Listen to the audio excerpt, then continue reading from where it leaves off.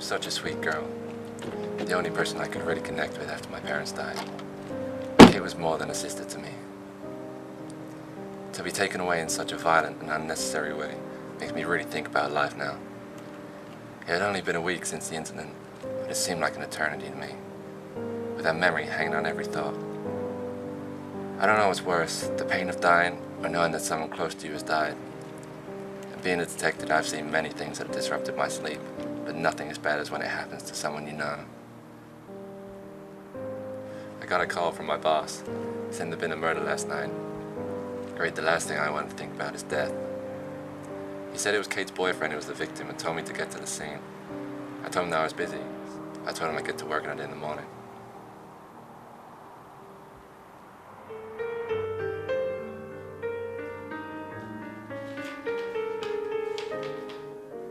I came into work the next morning and looked through the case files, but nothing was jumping out at me. The briefing told me that there were no fingerprints, not even any DNA found other than the victim's blood. Looking at the dead body and seeing the extent of the murder, I remember all I could think about was Kate. Her dark brown hair, her smile that our father said was destined to win a beauty pageant one day. But then it became apparent, what seemed like a smudge in the photo was actually the outline of a watch, a clue.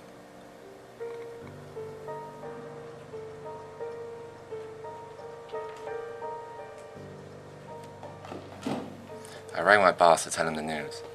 He told me of another stabbing down in the tunnels, so I decided to go investigate.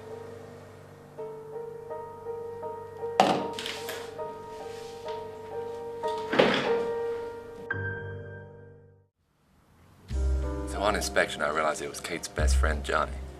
Most of the blood had been cleared up, but I could smell the rotting of the carcass on impact, mixed with the damp smell of the tunnel. The position the body was left was exactly the same as Kate's boyfriend's murder in the picture. Limbs spread, stab wounds in the same area. I showed my boss the links between the two cases, the watch, the body position, and the stab wounds. With little appreciation, he told me to go home and get some rest. He'd see me in the morning.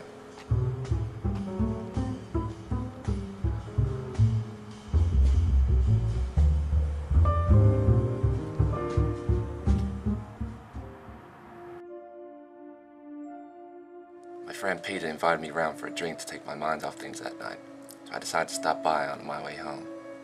This gave me a chance to explain he could be in danger. Yet to my surprise, from hearing what Pete had to say, I found the murderer. So, how's your week been since the accident? Not good. I'm swamped down with work. I bet. You know, I understand why you're not wearing the watch Kate got for your birthday. Yeah.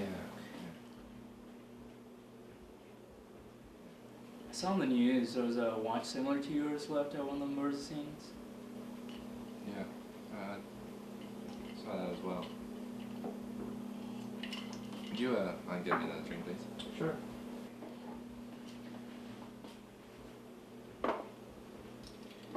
You know what, Jack? I'm glad you're one of the good ones.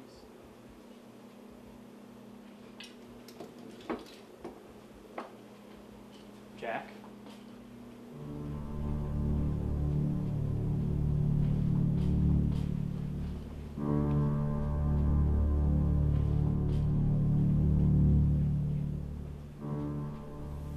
Why'd you do it?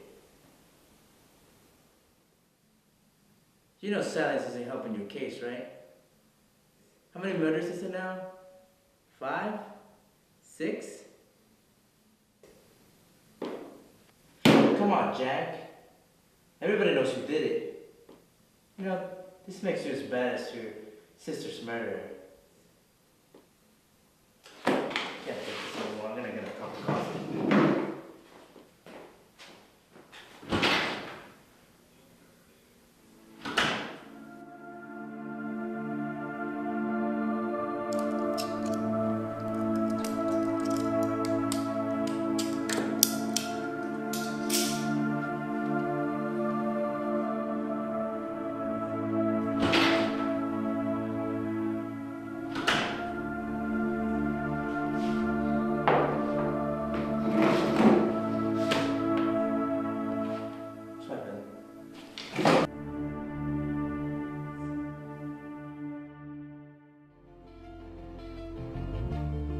death is like a plague. Since Kate's death has been an escape from reality, a way to channel my hatred for society. You people may judge me for my actions, but I know what's right. To repent would be a sin to me. The numbness has been in me far too long to regret my decisions. And at the end of the day, I do what I like, and I like what I do.